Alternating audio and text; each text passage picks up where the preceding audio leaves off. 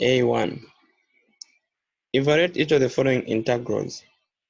The integral of x over the square root of 4 minus x squared dx. For integration, whenever you have a function inside the square root, you must check the other function outside the square root.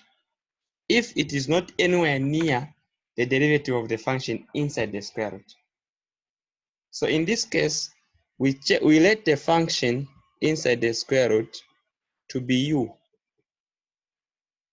and then try to differentiate u.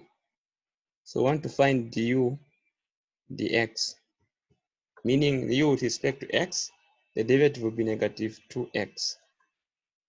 Are we able to solve for du?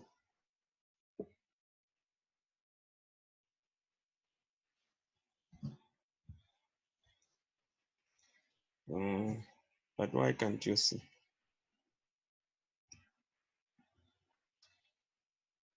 Maybe you try to disconnect and connect back.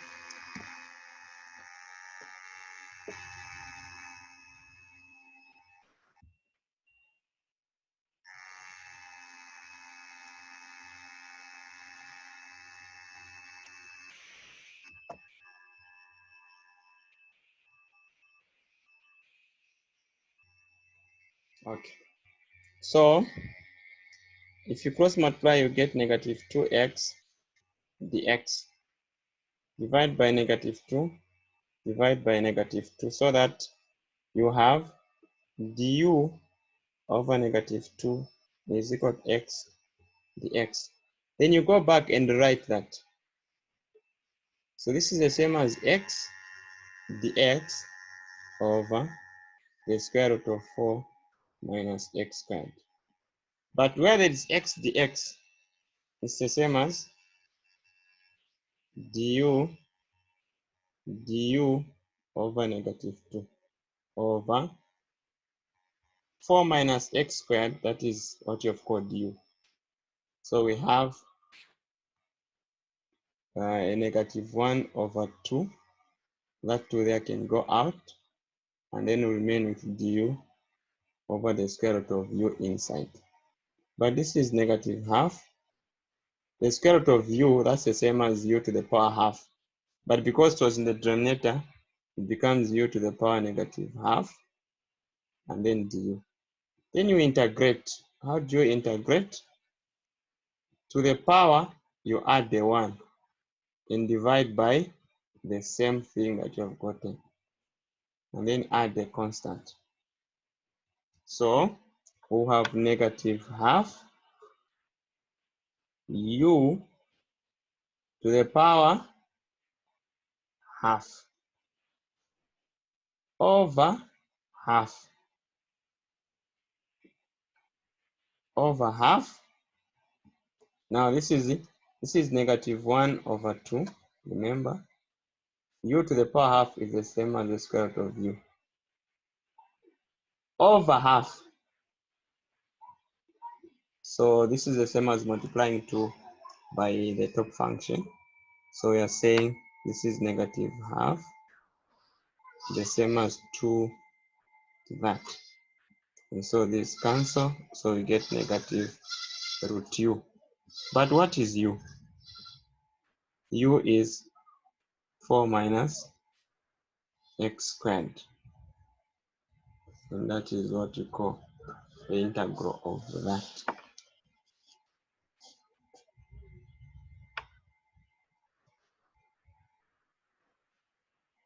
Very true. If you doubt it, you can try to integrate and see what you get.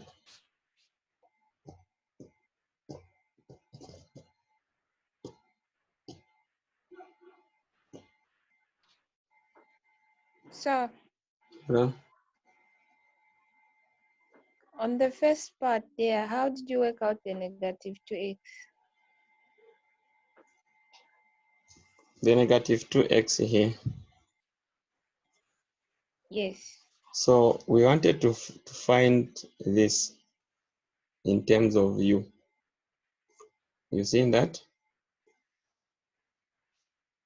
So to find that in terms of u, we first cross multiply by dx. So the dx comes here. And then from there, we divide by -2 so that we remain with what we were looking for, the x dx, which is there on top. So that we go and substitute it. Oh, thank you. Okay, now let's see if when we differentiate this, are we able to differentiate this? -4 minus x squared to the power half. It's easy to differentiate. Just drop the power and then 4 minus x squared. Half minus 1, we get -half. Differentiate the inside, we get -2x. So the -2x and the -half goes. So the x remains up, and down we have the square root of 4 minus x squared. And this is what we have as our question. Inside the integral there. That's how you check if your answer is correct, because differentiating must be an easy thing for us. We should now be struggling on integration, not differentiation. So this way of integrating, we call it integration by substitution method.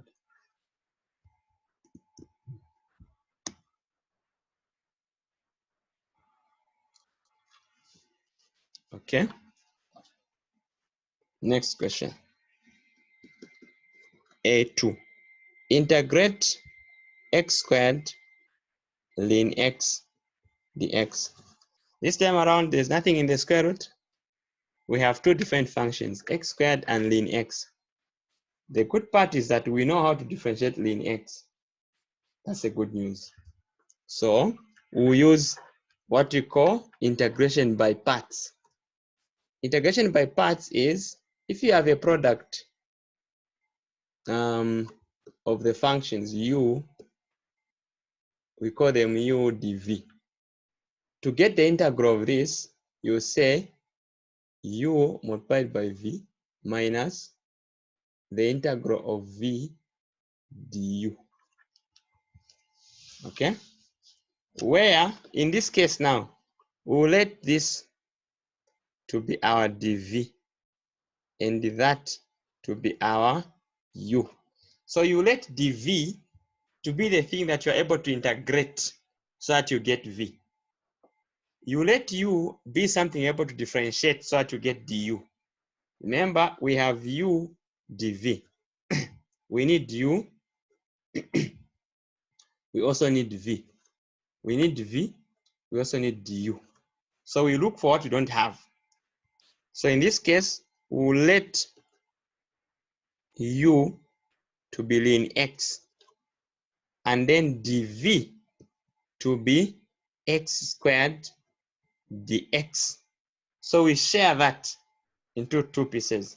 Then differentiate u so that we get du. What's the derivative of ln x? It is the derivative of x, which is 1 over x itself, dx. Then we integrate v. So we integrate v and dv. So for dv, we integrate for us to get v. So v is the integral of x squared dx, which is x3 over 3. Okay? We don't add a c at this time. So you're saying now the integral of x squared ln x dx is going to be uv. U is ln x, v is here. So write it in this form, over 3 ln x minus the integral of v, but v is x3 over 3 du, but du is 1 over x dx. So what we have is x3 over 3 ln x minus 1 over 3. 3 can always go outside, that's a constant. Then x into x3 will get x squared dx. So now we have x3 over 3 ln x minus, you integrate x3, it will become, when you integrate x2, it will become x3 over 3. That 3 multiplied by the 3 which is already here, you have a 9. Then you add the constant. This is the integral to that thing which we have inside there. So for the first time, this can sound like a mixed language. A bit of some Portuguese and a bit of some French. But when you do another question, either in the videos where I'm doing the tutorial sheet or in the exam on Monday, so things will be okay now.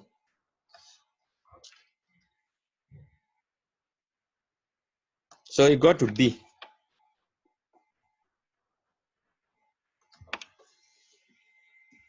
B, find the following definite integrals. 1, you're integrating from 2 to 3, 4x plus 5 over x plus 2, x minus 1 dx. So you forget about the integrals first. You get 4x plus 5 over x plus 2, x minus 1. And break this into partial fractions, where you say this is that plus this. And then you multiply throughout by the common denominator, which is this, that. So you get 4x plus 5 is a x minus 1 plus b x plus 2. So here you can choose to expand. I like expansion. Ax minus a plus bx plus 2b. And then put the like terms together. So the coefficient of x must be equated to, and the constants to the constants, plus 2b. So I have simultaneous equations. If we add, the a's will disappear, will remain with 9 is equal to 3b, implying that b is equal to 3. If we subtract it, nothing could happen.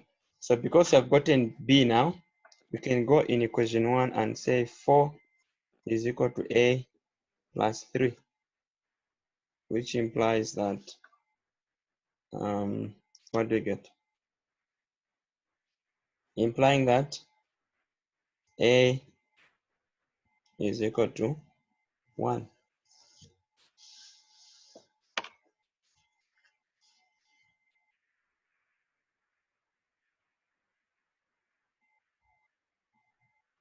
Is that okay?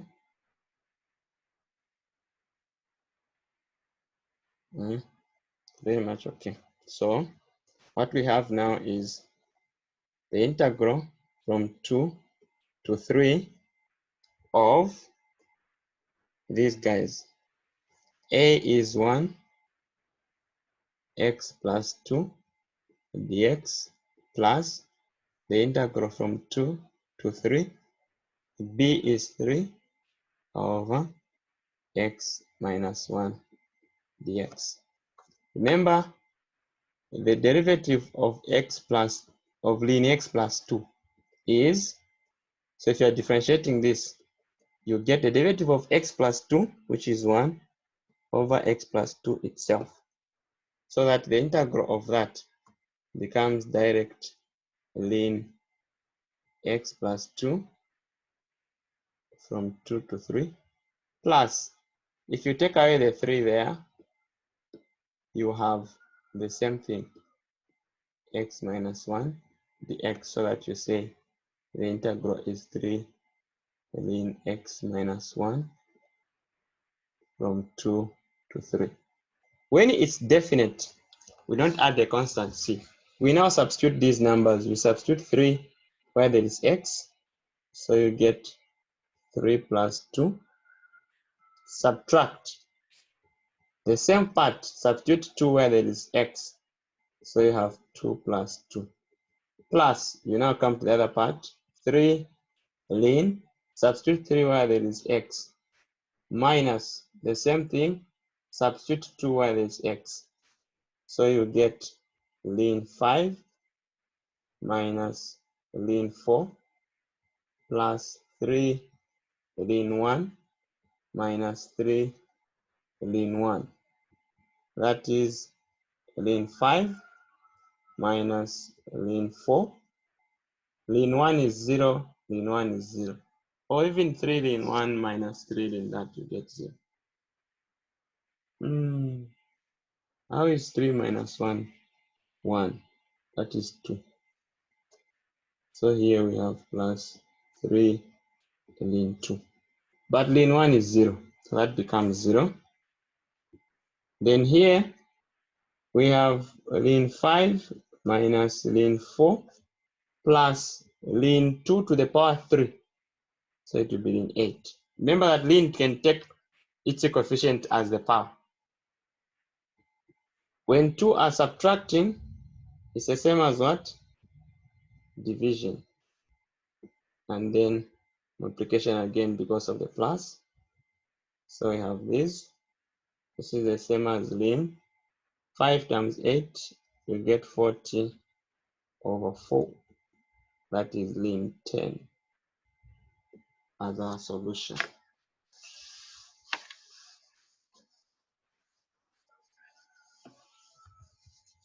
Partial fractions is the first concept here. So you must be familiar with partial fractions. And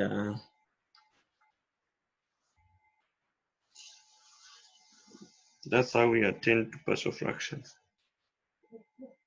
And then depend on the integration of ln.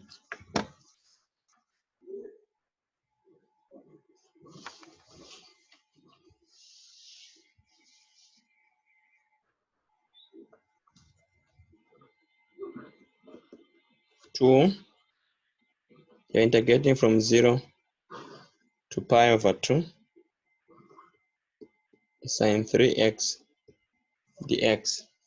Now integration is different from differentiation, where you just drop the powers and then differentiate the inside functions, and this is different. So what you do here is you rewrite sine 3 as sine squared x sine x dx. This is still sine 3, and then you write sine as cos, like that.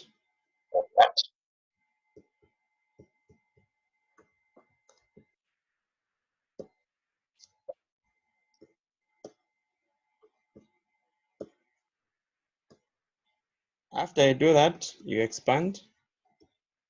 So you have that sine x dx minus this cos squared x sine x dx. Since we said that the derivative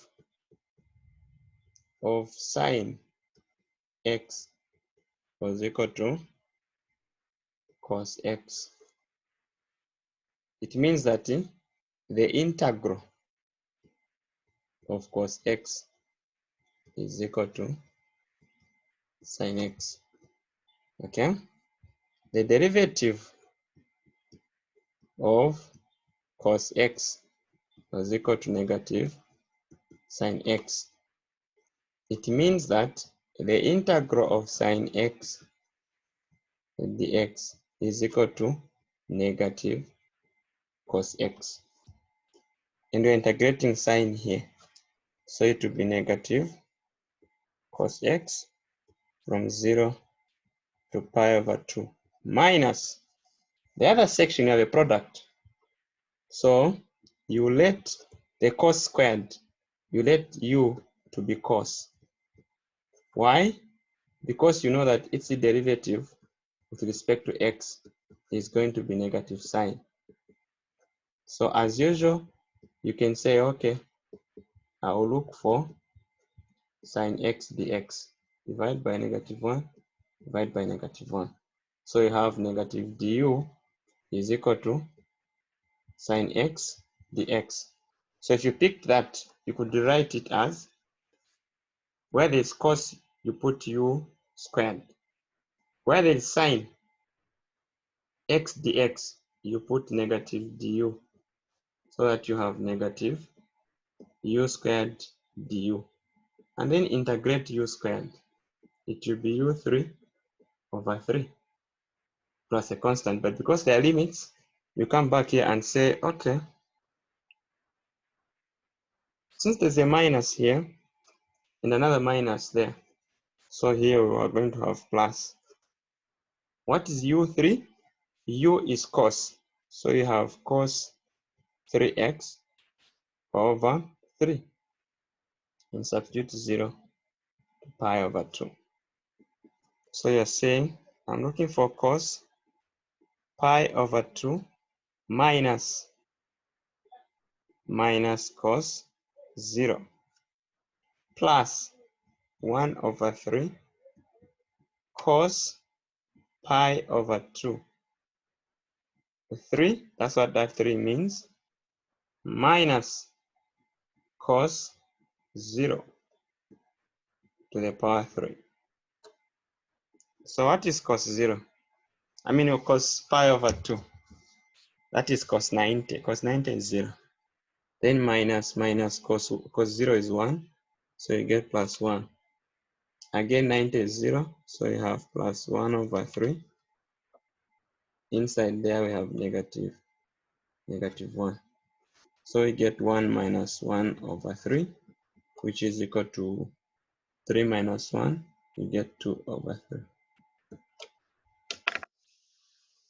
as the integral there.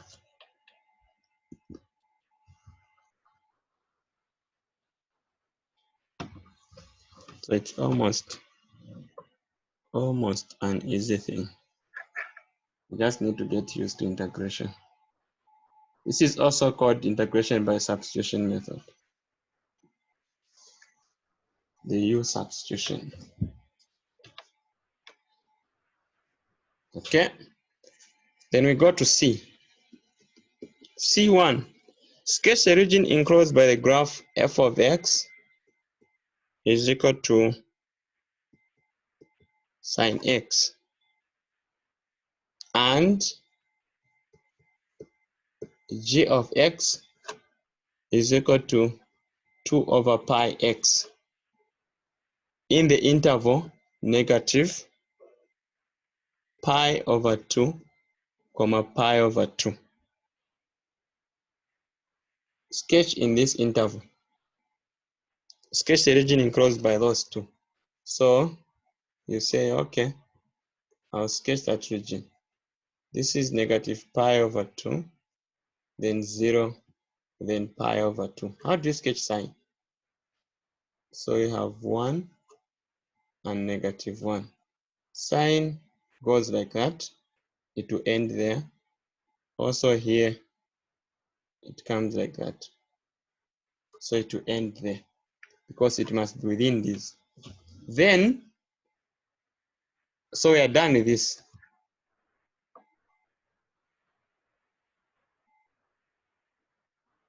Okay, because you know that a complete sine would go like that, where this would be pi over 2, and that would be pi. So you're just supposed to end there. Down here, it would go like that. You're supposed to end here. That's why we have that line. And then from there, you sketch also this one. 2 over pi x. So what do you do? When x is 0, you get 0. Okay? That's a straight line because x is not squared there. So when x is 0, you get 0. When x is pi over 2, you get g pi over 2 is equal to 2 over pi multiplied by pi over 2. And this is 1. So you get 1. Okay? So when x is negative pi over 2, you get negative 1. So that this graph becomes a straight line here. like that. So you're looking for this region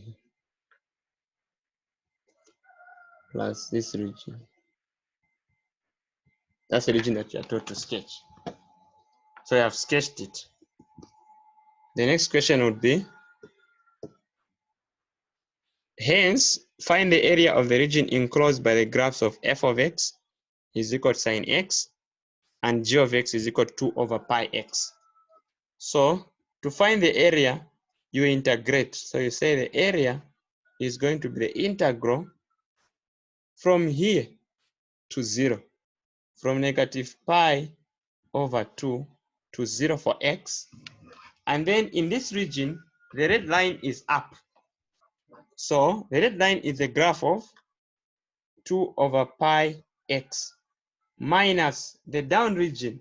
The down region is the graph of sine x.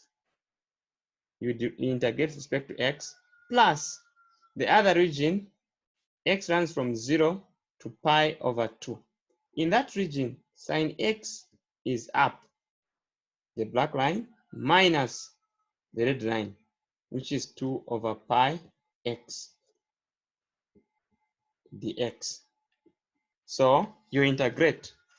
So you have 2 over pi x squared over 2 minus the integral of sine x is cos x. Okay.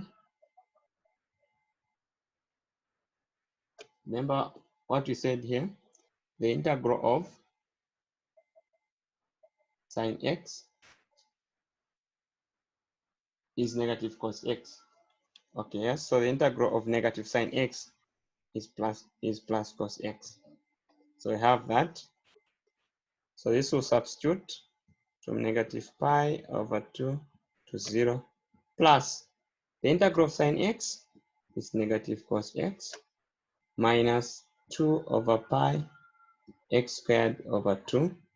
This will integrate from 0 to pi over 2. So this 2 and that 2 cancels. So you have, when you substitute 0 in here, you get 0, plus you substitute 0 in here, you get cos 0, minus, now you substitute, where there's x there, you substitute negative pi over 2 squared over pi, that pi there, then minus, we are still minusing, in cos, you substitute negative pi over 2. Plus, you now come to this side, you take that in there, so it will be minus cos pi over 2 minus, you substitute this in here, again you get pi over 2 squared over pi, because the 2's will cancel, and then minus, now there's already a minus there, so we'll say plus cos 0 plus, again because there's already a minus, everything becomes 0 there. Then what is cos 0? 1 minus, when you square pi, it becomes pi squared over pi down here, you get pi over 4. Pi over 4 minus cos negative 90, that's 0, minus cos 90, that's 0. So minus, again, pi over 4, okay? And then plus cos 0, that's 1. So 1 plus 1, we get 2 minus 2 pi, which is the same as pi over 2. So that was 2 pi over 4. So altogether we have 4 minus pi over 2 as our area.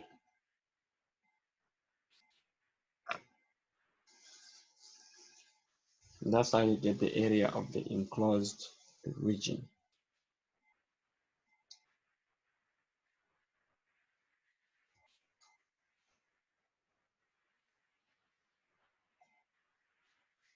Any reactions?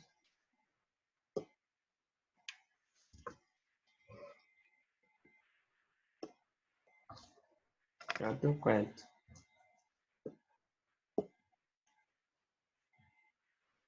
Yes, you can ask.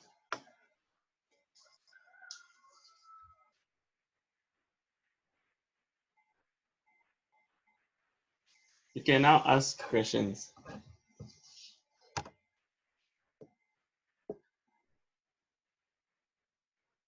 Okay. Hello? Is it possible to directly get, like for the integral, you get the upper limit as pi/2 and the lower limit as -pi/2? Sometimes, yes. But for this case, the regions were changing. You'd find what is upper here is different and what is lower is different. So if we pick from -pi to pi/2, then which functions do we pick to put here?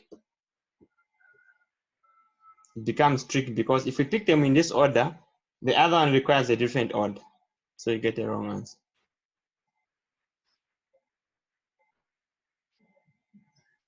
Okay. Yes.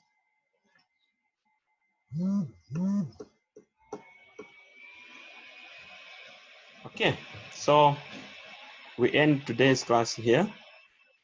Since we have finished the past step, then you can write an exam.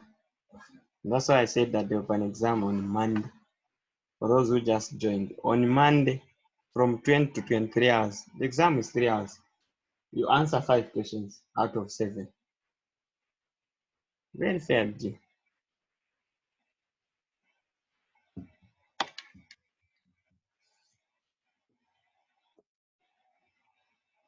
Hello.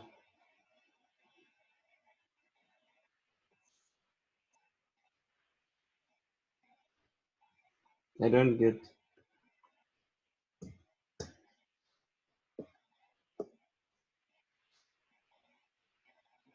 So I'm saying that on Monday we'll have an exam to test ourselves how far we have gone in the preparations. We have an exam at 20 to 23 hours.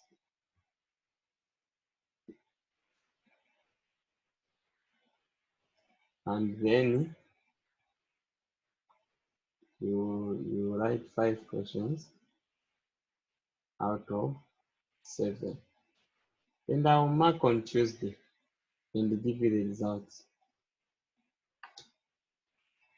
The only hard part is that if you don't write, then you're going to be my personal enemy because it means Sir, that I'm seeing 5 and 7.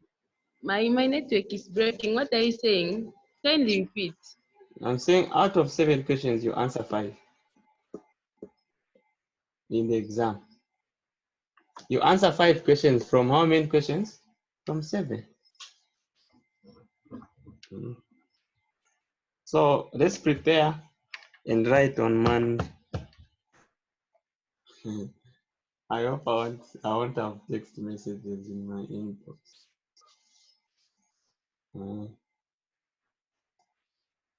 Because I'm not going to be any minute from now. Because if I become too good, too soft, that you can ask anything, including not right, then it means you're going to fail the exam. Because you'll be half baked. So I don't need any excuse. Excuses are good, but sometimes they're not good because they don't help in progress.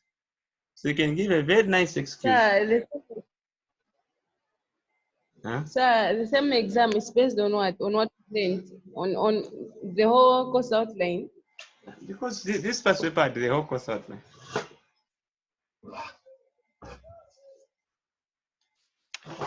What we are looking here was the past paper, and it had everything in it.